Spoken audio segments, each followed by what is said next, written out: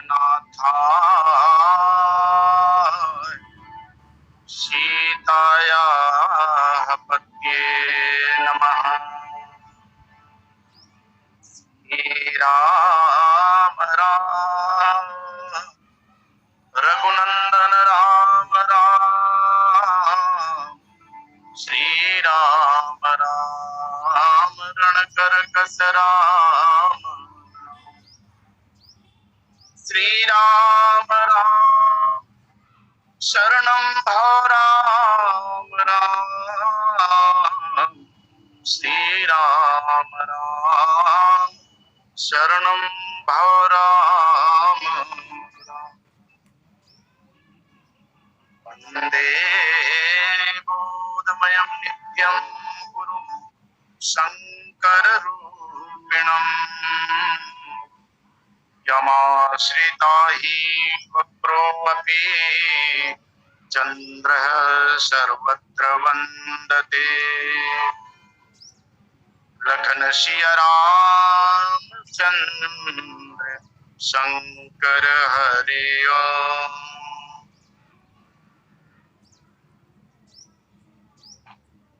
अनंत वात्सल्यमयी जगजननी श्री सीता जी एवं परम करुणामय प्रभु श्री रामभद्र की बहती अनुकंपा से श्री राम कथा सत्संग लिंक में प्रवाहित मानस मंदाकिनी की इस अविरल धारा में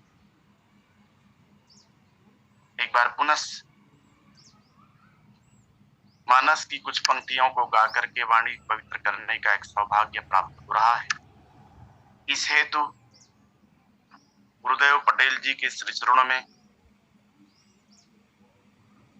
आज के लिंक में द्वितीय लिंक में जुड़े हुए समस्त मानस के विज्ञ वक्ता जो आश्रोता के रूप में जुड़े हुए हैं उन सब आदरणीय जनों के श्री चरण में और इसके पूर्व लिंक के दो वक्ता द्वय श्रद्धेय महाराज जी को और गुरुदेव सोनी जी के श्री चरणों में भी सादर सादर प्रणाम संप्रेषित करता हूं। आप सब स्वीकार कीजिएगा। आइए सबसे पहले अवलोकन करें जिस पंक्ति का हम आधार मान करके, जिस पंक्ति को केंद्र बिंदु में रख करके कुछ भाव पुष्प रखने का प्रयास होगा। अवलोकन करें। गोसाई तुलसीदास जी लिखते हैं, मैं तुम्हार अनुचर मुनिराया, मैं तुम्हार अनुचर मुनिराया, परिहरि को करहु अब दाया, परिहरि को करहु अब दाया, मैं तुम्हार अनुचर मुनिराया।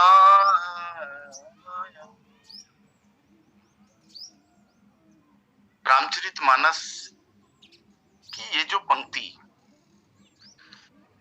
धनुर्भंग के बाद जो है राम जी लक्ष्मण जी और परशुराम के बीच के संवाद का प्रसंग है, पंक्ति है। प्रसंग पर विस्तार दूं इसके पहले कुछ बातें रखना यथेष्ट होगा। रामचरितमानस की वो पंक्ति मुझे याद आती है जब परशुराम जी के प्रसंग को पढ़ते हैं तो जो गोसाई तुलसीदास जी एक पंक्ति लिखते हैं, कवि अगम चिमि ब्रह्म सुख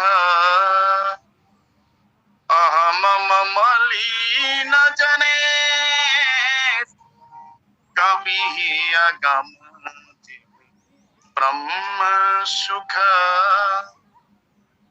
कविकार कहते हैं ब्रह्म सुख के मार्ग में अगर कोई बाधा है तो जीव का जो है अहंता और ममता है।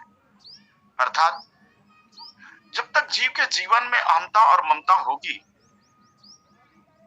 वह ब्रह्म सुख को प्राप्त नहीं कर पाता। और ठीक यही प्रसंग जो है परशुराम जी का प्रसंग, इन दोनों के निवारण की कथा है। कल हमने श्रवण किया था गुरुदेव सुमेरी यादव जी से कि कैसे जो है परशुराम जी के अहंकार का खंडन होता है, अहंकार का निवारण होता है, निवृत्ति होती है, और किस तरह से परशुराम जी ब्रह्म को, राम जी को ब्रह्म समान से समझ करके जाना, राम प्रभाव तक प्रफुल्लित करके कृतज्ञता का अनुभव करते हुए तपस्थली की ओर पदार्पण करते हैं। ये हमने सुना कल।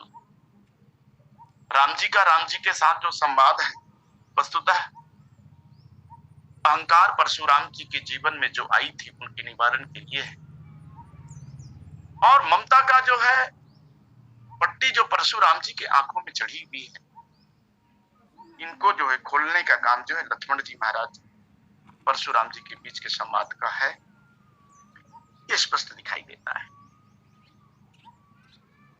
परशुराम जी को भगवान भोलेनाथ की प्रेरणा से ही यहां भेजा गया है। कैसे? धनुर्भंग के बाद जो है महाराज जनक जी का समर्पण तो हो जाता है, लेकिन भगवान भोलेनाथ ने सोचा है कि एक महान विभूति का भी समर्पण करा दिया जाए, और इसी प्रेरणा, इसी शुभेच्छा जो है भगवान भोलेनाथ की, जिनके कारण परशुराम को कई अवसर सुनिश्चित भंगा आई बिल्कुल पतंगा के रूप में प्रसंग का प्रारंभ होता है, इसके ममता के निवारण के लिए, इसके समर्पण के लिए कहें तो इस धनुष भंग के द्वारा जो है जनक जी की समर्पण होती है, तो परशुराम जी ने विष्णु धनुष के द्वारा जी अपना स्वयं का समर्पण करते हैं और जीवन में कृतज्ञता का अनुभव करते हैं। ये प्रसंग परशुराम जी का सार भाग है, सार भाव है। आइए जिस पंक्ति को लेकर के हम एक विचार पुष्प रखने का प्रयास कर रहे हैं, वह है जिनको हमने पढ़ा है, मैं तुम्हार अनुचर मुनिराया परिहरि कोप करहु अबदाया। ये जो पंक्ति आई है, वस्तुतः यह पंक्ति जो है परशुराम जी के उस कथन के आधार पे आई। राम जी को परशुराम ने कहा है, गोसाई तुलसीदास जी की लेखनी चली है कि हंसत देख नक शिखर व्यापी राम तोर भ्राता बड़ पापी हंसती देखे नख शिखर व्यापी गौर शरीर श्याम मन माही कालकूट मुख पय मुख नाही सहज टेढ़ अनुहर ही न तो ही और नीच मीचु सम देख न मोही।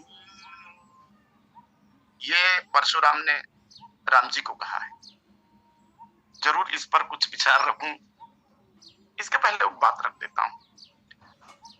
वास्तव में लक्ष्मण जी महाराज के द्वारा उनकी ममता का कैसे निवारण होता है, ममता की पट्टी को कैसे खोली जाती है, इसी ममता की पट्टी के कारण ही परशुराम जी को यह पता नहीं चल पा रहा है कि ये बालक है, ये तो मुनिकुल तिलक है और निवकुल बालक है, जिसको परशुराम जी की आंखों में जो धुंधलापना है ममता के कारण जो, और इस ममता के कारण राग और द्वेष है जो स्पष्ट दिखाई देता है, स्वयं काल तत्व को काल के वशीभूत कहता है। तो इनके निवारण के लिए ही लक्ष्मण जी का संवाद है।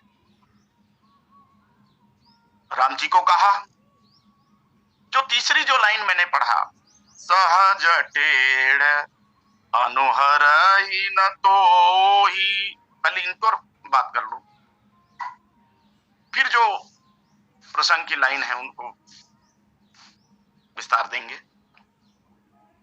मानो परशुराम जी अपने स्वभाव के अनुकूल राम पर एक आरोप लगा रहे हैं। बोले कैसे? मानो भगवान जी को एक प्रश्न कर रहे हैं परशुराम जी। बोले कैसे? परशुराम जी ने समाज को नियंत्रित करने का जो है तरीका शस्त्र के द्वारा अपनाया है, यानी उनका सोच, उनकी थिंकिंग है, परशुराम जी का विचार है कि समाज को अगर कभी नियंत्रित किया जा सकता है तो केवल शस्त्र से ही किया जा सकता है। और इसी शस्त्र के बल पर उन्होंने ये दावा किया इस प्रसंग में कि मैंने 21 बार क्षत्रियों को, पृथ्वी को क्षत्रियों से भिन्न किया। दंड के विधान को ही प्रमुख मानकर के जो है परशुराम जी ने एक के अपराध के बदले में सारे क्षत्रियों को दंड के रूप में दंड देकर के समाज को नियंत्रित करने का एक प्रयास किया है। आज भगवान जी को यही बात वह कह रहे हैं कि राम सहज टेढ़ अनुहरई न दोई। मैंने सुना है आपके जैसा एक और भाई है, जैसा आप विनम्र दिखाई दे रहे हैं, आप सील युक्त संकोची दिखाई देते हैं, जिस तरह से आपका स्वरूप है, चाहे बाह्य स्वरूप हो जो है आंतरिक स्वरूप हो, मैंने सुना है आपका एक और बंधु है। यदि आपको अपना साथी बनाना था, अपना जोड़ी बनाना था, तो आप उस बंधु को क्यों नहीं बनाए? इस भाई को लेकर के यहां क्यों आ गए? ये तो सहज टेढ़ है, स्वभाव से टेढ़ा है।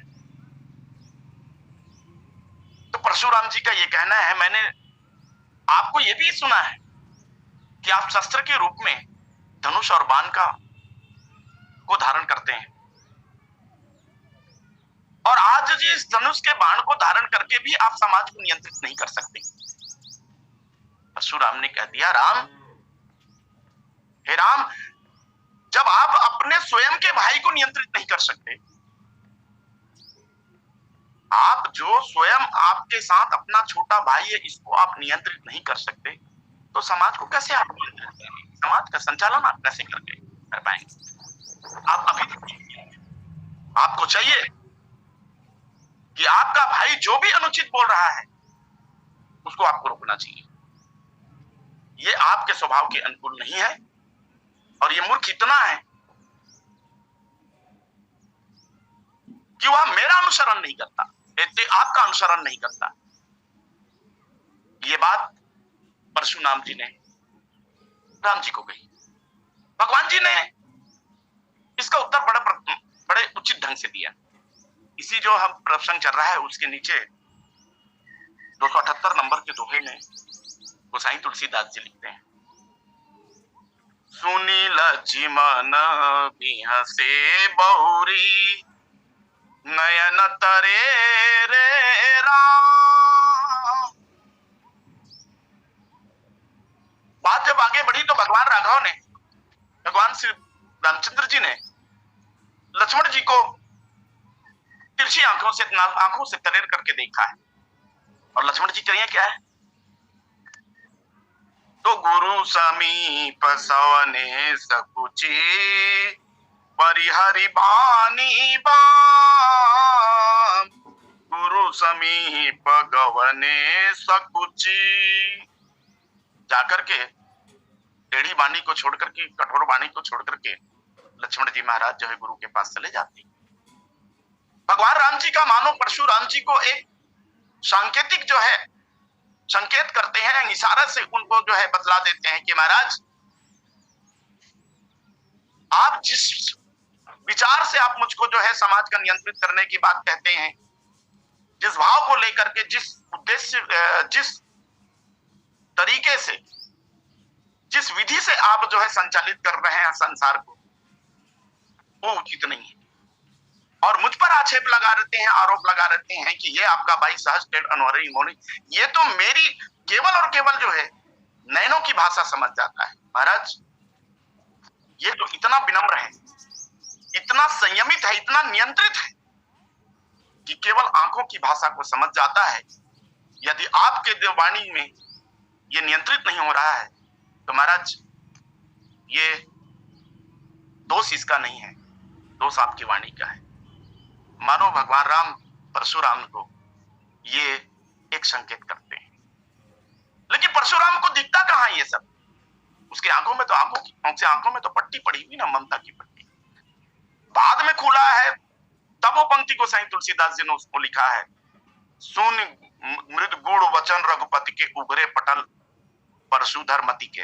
ये बात बाद में लिखाई है, लेकिन बहरहाल ये ममता की पट्टी के कारण जो है ऐसी गुड़ बात, रहस्यात्मक बात जो है, और जो क्रिया में भी दिखाई दे रही नयन तनेरे राम के रूप में, परशुराम जी इस तात्पर्य को नहीं समझ पा रहे। जैसे ही भगवान को परशुराम ने कहा कि सहज टेढ़ अनुहरी न तो ही, तब लक्ष्मण जी महाराज कहते हैं, महाराज मैं तुम्हार अनुचर मुनिराय। हे मुनिश्रेष्ठ, मैं तो आपका अनुचर हूं। अनुचर अर्थात आपके पीछे चलने वाले हैं, आपके अनुगामी हूं मैं। अब प्रश्न ये उठता है कि लखनलाल जी महाराज का ये कहना कि मैं आपके अनुगामी, किस दृष्टि से लक्ष्मण जी महाराज परशुराम के अनुगामी दिखाई देते हैं, अनुचर दिखाई देते हैं? कुछ भाव जो इसी प्रसंग में है, इसी चौपाइयों में है, जिस चौपाइयों को मैंने पढ़ा वो आपके बीच में रखने का प्रयास करूं। सबसे पहले बात, मैं तुम्हार अनुचर मुनिराया के लिए कहें तो परशुराम वास्तव में किस रूप में आया है? परशुराम तो दिखाई दे रहा है क्या? एक भाव आपके बीच में रखूं, है तो क्या है? वह ब्राह्मण है, विप्र है, लेकिन दिखाई कैसे दे रहा है? कंधे पर धनुष है, हाथ में फरसा है, शस्त्र धारण करके मानो वह क्षत्रिय के रूप में दिखाई दे रहा है कुछ और, लेकिन दिखाई दे रहा है क्षत्रिय के रूप में। तो लखनलाल जी महाराज कहते हैं, महाराज आप हो तो ब्राह्मण, और लक्ष्मण जी महाराज ने यह भी कहा है, भृगुसुत समुचित जनेऊ विलोकी, मैं तो आपको ब्राह्मण देखता हूं, और ब्राह्मण देखकर ही आपके जनेऊ को मैं देखता हूं। आप बार बार हमें फरसा दिखाने का प्रयास करते हैं, परंतु विलोकी महिप को मारा करके हमको जो है फरसा दिखाते हो महाराज। ये बात मतलब आप हो तो विप्र, हो तो ब्राह्मण, लेकिन क्षत्रिय के रूप में जो है शस्त्र धारण करके आप दूसरे रूप में दिखाई देते। महाराज आपने मुझे कहा, भैया राम जी को आपने कहा कि गौर शरीर श्याम मन माही, आपने कहा इसके शरीर जो बड़ा सुंदर गौर है, गौर वर्ण का है, बोले गोरे रंग का है, लेकिन इसका मन जो है काला है, इसके भीतर में जो है काला है। तो महाराज भले ही मैं जो गौर दिखाई दे रहा हूं, लेकिन मेरे भीतर में काला है। ठीक है मैं काला हूं, लेकिन आप भी तो वैसे ही हैं। बोले आप ब्राह्मण हो लेकिन दिखाई दे रहे हो क्या क्षत्रिय के रूप में? जो शस्त्र धारण करके आप सामने खड़े हो तो दिखाई तो दे रहे हो। तो मुझ में और आप में क्या भिन्नता? जैसे आप हो वैसे मैं भी। इसलिए महाराज आपको तो क्रोध नहीं करनी चाहिए, आपको तो समझ जाना चाहिए कि जिस रूप में मैं आया हूं उसी रूप में ये लड़का भी दिखाई दे रहा है। तो इस नाते तो मैं आपका अनुचर हूं, मैं तुम्हारा अनुचर मुनिराया। एक भाव। दूसरा भाव राम जी को भगवान राम ने कहा, परशुराम जी ने कहा, राम तोर भ्राता बड़ पापी। हे राम, ये आपका बंधु जो है बड़ा पापी। ठीक है, परशुराम को लक्ष्मण जी महाराज ने कहा, महाराज ये बात आपने मेरे अग्रज से कही, मेरे प्रभु से कही, तो ठीक है मैं पापी हूं, लेकिन आप भी तो कौन से कुमार, आप जो है अच्छा काम करते हुए दिखाई दे रहे हैं। बोले कैसे? ऊपर के दोहे में लक्ष्मण जी महाराज ने साफ साफ शब्दों में इसको उत्तर दे दिया। बोले क्या? लखन कहे हो हसी सुनाहु मुनि, क्रोध पाप कर मूल। क्रोध जो है पाप कर मूल है, और आप आते ही सबसे पहले क्रोध किया है महाराज, और क्रोध करके तो आपने तो भी पाप किया है। और जब क्रोध करके पाप किया है तो आप भी पापी हैं, मैं भी पापी हूं, तो आपके पापी के सहायक के रूप में, आपके सेवक के रूप में, अनुचर के रूप में मैं भी पापी हूं, तो इसमें क्या गलती है महाराज? इसलिए क्षमा करना। मैं तुम्हारे अनुचर मुनिराया, मैं तुम्हारा अनुचर ही हूं, मैं पापी हूं तो आप भी पापी। क्रोध पाप कर मूल। और आप कहते हैं बोले ये मेरे अनुरूप नहीं चलता, ये आपके अनुरूप नहीं चलता, मेरी बातों को मानता नहीं है। नीच मीचो सम देखन मोही। महाराज आप जो है क्रोध के कारण विश्व में प्रतिकूल आचरण करते हैं, आप प्रतिकूल आचरण करते हैं, तो मैं भी तो आप जो सोच रहे हो, आप जो समझ रहे हो, आप जो आचरण चाह रहे हो महाराज, मैं उसके विरुद्ध आचरण आपके खिलाफ कर रहा हूं, तो मैं क्या गलत कर रहा हूं? मैं भी तो आपके जैसा, जैसे क्रोध के कारण जो है आपने जो है विश्व के प्रतिकूल जो है आचरण किया है महाराज, आपके प्रतिकूल जो है मैं आचरण कर रहा हूं, तो ये गलत कैसे होता है, हो सकता है? आप करो आचरण विपरीत आचरण तो आपका सही हो जाएगा, और ये आपका दास जो है, आपका सेवक जो है प्रतिकूल आचरण करता है आपके, तो आप कैसे गलत हो सकता है महाराज? इसलिए क्षमा चाहूं कि मैं तुम्हारे अनुचर मुनिराया, महाराज मैं आपका सेवक हूं, अनुगामी। एक भाव और परशुराम जी का कहना है कि हे राम, ये आपका भाई, इनके मुख पर वास्तव में दूध वाला मुख नहीं है, अर्थात इनकी वाणी जो है विनम्र नहीं है, सील युक्त नहीं है, इनकी वाणी में कतई जो है सहजता और सरलता और मिठासपना नहीं दिखाई देता। इसलिए तो उन्होंने कहा राम, हे राम, कालकूट मुख, इसके मुख पर क्या भरा हुआ है? बोले कालकूट भरा हुआ है, विष भरा हुआ है इसके मुख पर, इसलिए ये मेरे साथ ऐसे भाषा में बात करता है, मेरी भाषा में मेरे साथ इस तरह के वाणी का प्रयोग कर रहा है ये।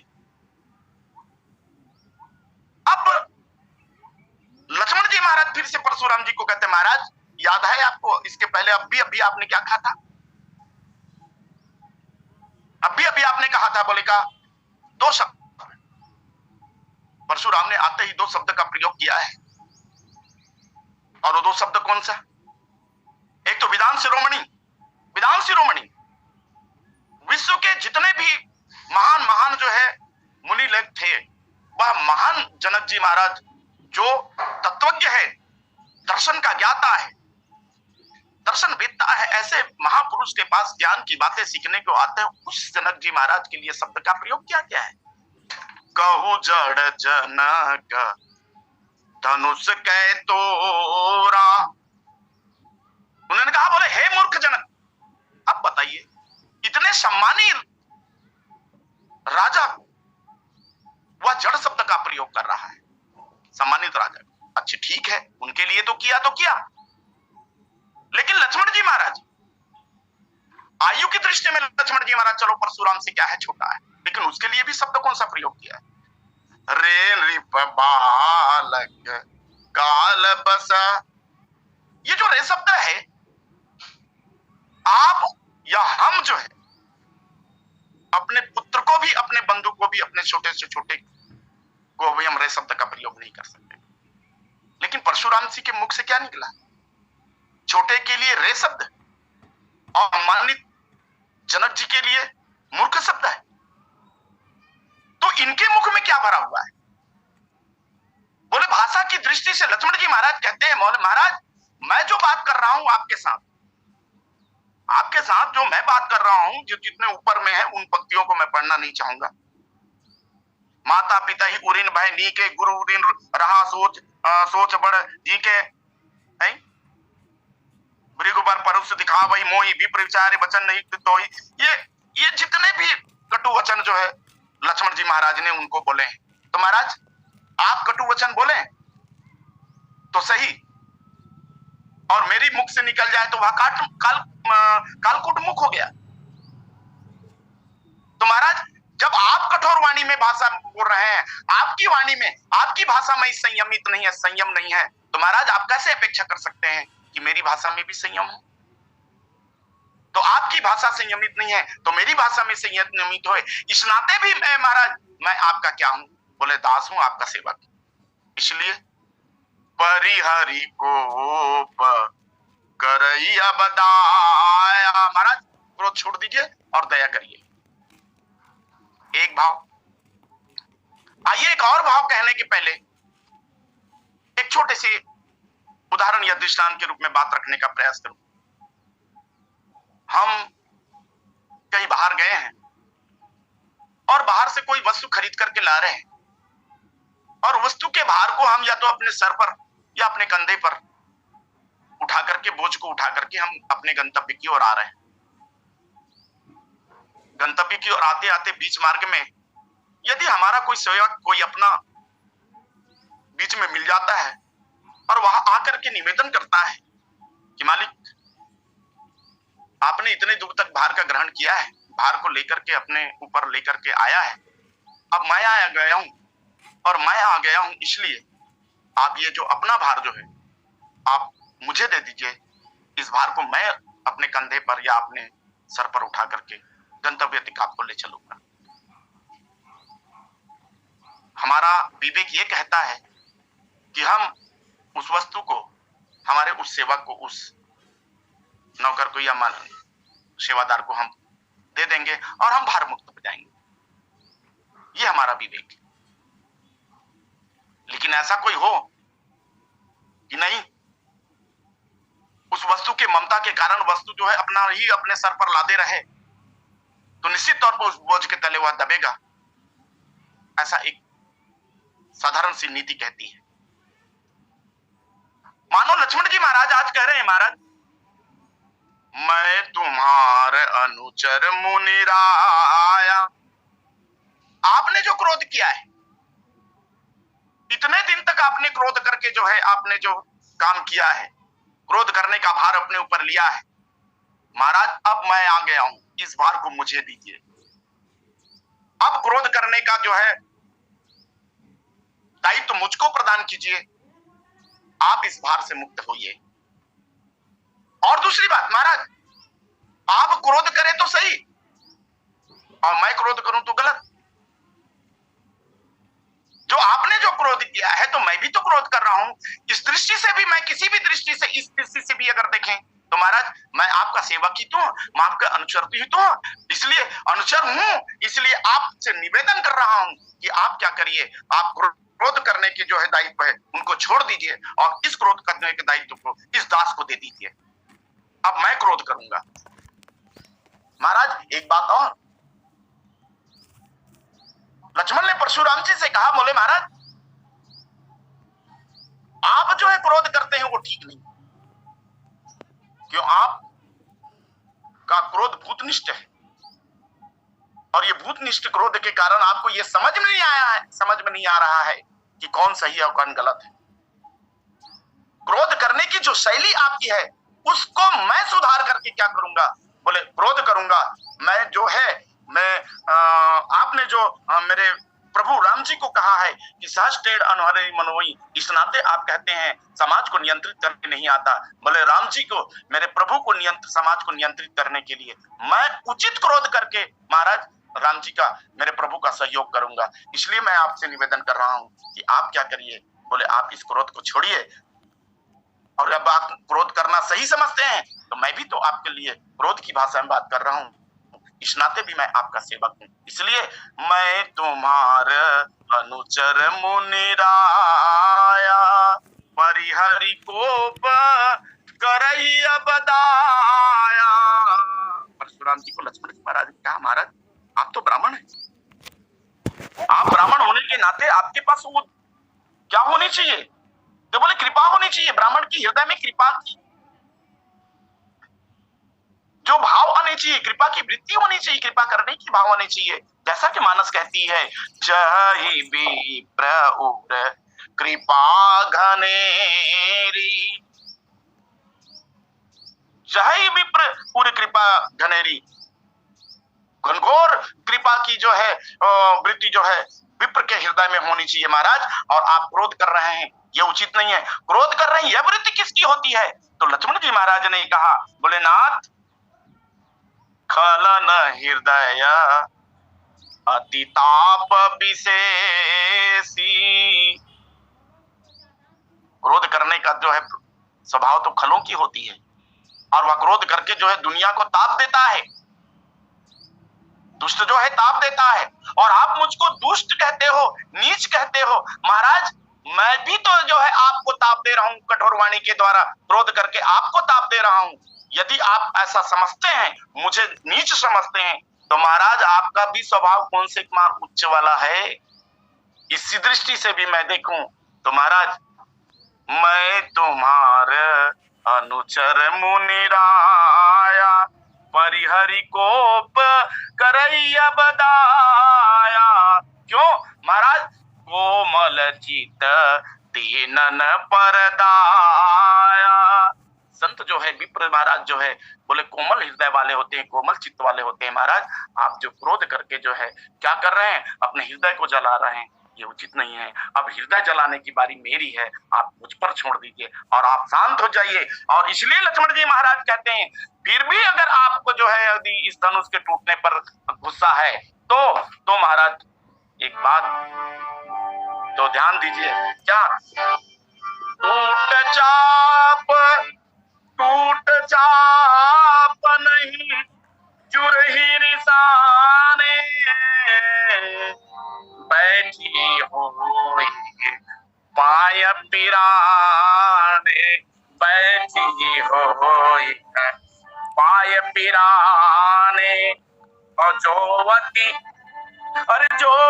प्रिय तो करई उपाय, और जो अति प्रिय तो करई उपाय, और जोरी को बड़ गुनी बुलाई, जोरी को बड़ गुनी बुलाई। महाराज, आप शांत हो जाइए, आप शांत वेश में ठीक लगते हैं, इस नाते भी तो उन्होंने कहा महाराज आपका वेश शांत है और आपकी करनी बड़ा कठिन है। हाँ, आप अपने मुख से अपनी करनी का बखान कर रहे हैं, आपकी करनी बड़ा खतरनाक है। और आपने भी मुझे कहा सरल स्वभाव का नहीं है, इसकी करनी बड़े कठिन है, कठोर शब्दों में बोलता है। बोले महाराज, गोरा शरीर वाला है, अगर मैं कठोर वाणी में बोलता हूँ, अगर मेरी करनी कठिन है तो महाराज आपकी करनी भी तो कठिन है, तो मेरी करनी कठिन है, तो इस नाते भी तो मैं कैसा हूँ? बोले आपका अनुचर हूं। महाराज क्षमा करें। बोले क्या? लक्ष्मण जी महाराज ने कहा, यदि इतना ही आपको ये धनुष प्रिय है तो टूट चाप नहीं जुरही रिसान। यदि आपके क्रोध का क्या हो जाता है, यदि आपके क्रोध करने से मान लीजिए ये धनुष टूट जाता है, धनुष जुड़ जाता है, तो महाराज आप क्रोध करिए, इसमें कोई दिक्कत नहीं। लेकिन क्या आपके क्रोध करने से, गुस्सा करने से ये धनुष टूट जाएगा? ये धनुष जुड़ जाएगा? ये धनुष तो जुड़ने वाला नहीं। महाराज आपका क्रोध करना उचित नहीं है। बोले क्यों? जब महाराज जनक जी ने प्रतिज्ञा की है, और प्रतिज्ञा की उस समय अगर आकर के कहे होते, बोले सावधान, अगर कोई धनुष की ओर बढ़ा तो उसका मैं हाथ काट दूंगा, मैं फरसे से अपना हाथ काट दूंगा, अगर ऐसा कहे होते महाराज, तो उस समय मैं आपको कुछ नहीं बोलता। लेकिन जब धनुष टूट गया और उसके बाद अगर आप कर रहे हैं क्रोध, तो महाराज आपके क्रोध से ये धनुष टूटने वाला, लेकिन टूटने वाला नहीं है। लेकिन महाराज आप बेकार के जो है अपने पैरों को दंड दे रहे हैं, आपको दुख हो रहा होगा। बैठी पाए होगी पिराने, बैठिए, आप लोग पीड़ा होती, दर्द होती, महाराज बैठ जाओ। लेकिन बोलेंगे क्या? जो अति प्रिय तो करी उपाय। अगर ज्यादा प्रिय है तो क्या कहने का धन गुणी आदमी बुलाथन की, जो धनुष जोड़े कला भी जानता है। और वास्तव में बड़ा अच्छा संदर्भ, अच्छा बात आती है, जोड़ने की कला जो है परशुराम के पास नहीं है। मानो लक्ष्मण जी से महाराज संकेत करते हैं कि जो अति प्रिय तो करई उपाय, और जोरी को बड़ गुनी बुलाई। जोड़ने की क्षमता तो केवल राम जी में है, भगवान जी में है। परशुराम तो तोड़ने की कला जानता है नहीं। तो महाराज अगर आपको इतनी ही प्रिय है तो आप एक काम करते हैं, कोई ऐसा जो है गुणज्ञ व्यक्ति को बुलाते हैं जो इस कला में बड़ा माहिर हो, और माहिर हो तो ये धनुष को हम क्या कर देते हैं, फिर से दौड़ देते हैं और आप इस धनुष को लेकर चले जाइए। तो परशुराम जी के पास जो है लक्ष्मण जी महाराज इस तरह से उसी का जवाब जो है प्रश्न के उत्तर में प्रति प्रश्न करके या उत्तर के प्रति उत्तर के रूप में, और कहते हैं किंकर जी महाराज ने तो ये रामचरितमानस के इन दोनों प्रसंग को, एक परशुराम लक्ष्मण जी का संवाद है अंगद और रावण के संवाद को ईंट का जवाब पत्थर से, इस तरह से विवेचना परशुराम किंकर जी महाराज ने अपने साहित्यों में की है। कुछ भाव को आपके बीच में रखने का एक छोटा सा प्रयास किया है, त्रुटि के लिए क्षमा प्रार्थी होते। आइए अपनी वाणी को यहीं पर विराम दूं और गुरुदेव पटेल जी को पटल पर आमंत्रित करता हूँ। बोलिए सियावर राम चंद्र शंकर हरिओम। बोलिए सियावर रामचंद्र भगवान की जय। बहुत बहुत धन्यवाद सर जी, आपके द्वारा सुंदर तरीके से बहुत सुंदर तर्क और जितने संभावित कारण सुनते हैं तुम्हारा विचार मिल रहा है, सभी बहुत अच्छे ढंग से प्रस्तुत किए गए। मैं तुम्हारा अनुचर अर्थात मैं आपका हूँ, सेवक हूँ। करहु कृपा शिशु सेवक जानी, यह बात भगवान ने परशुराम जी से कही थी। तदनुसार उतने के शिशु शब्द का भाव मैं तुम्हारे शब्दों से यहाँ पर लक्ष्मण जी व्यक्त कर रहे हैं। अनुचर अर्थात पीछे चलने वाला, अनुगामी सेवक दास, यह भी हो सकता है। भाव यह है कि मैं आपका ही तो पीछे पीछे चलने वाला हूँ, कि मैं भी आपके समान या बहुत अधिक क्रोध कर सकता हूँ। सारे विश्व को एक क्षण में ही केवल मेरे क्रोध से संहार हो जाएगा। शेष अवतार भाव से मेरी क्रोध भरी एक फूंक से तुम्हारे शरीर बहुत से मुनि भस्म हो जाएंगे। अति सरोह माँ के लखन, तब लखन सको वचन जे बोले, डगमगाने में दिग्गज डुले। यह इस सभा में पहले से लोगों ने अनुभव किया है, पर उस समय ये मुनिराज यहाँ न थे। परिहरि को करो दया, करो कृपा, ऐसा भानु ने पहले ही कहा। यहाँ करो दया शब्दों से लक्ष्मण जी क्रोध शांति की बात कहते हैं। आपको सुनने वाले 40 श्रोताओं के प्रति आभार। रामकथा में अब आनंद आ रहे, अंतराल के बाद सभी जुड़ रहे हैं। आदरणीय सर्वोच्च हमारे श्री साव सर जी जुड़े हुए हैं। सर जी शनिवार को आपके श्री मुख से कथा सुनेंगे। जी जी सभी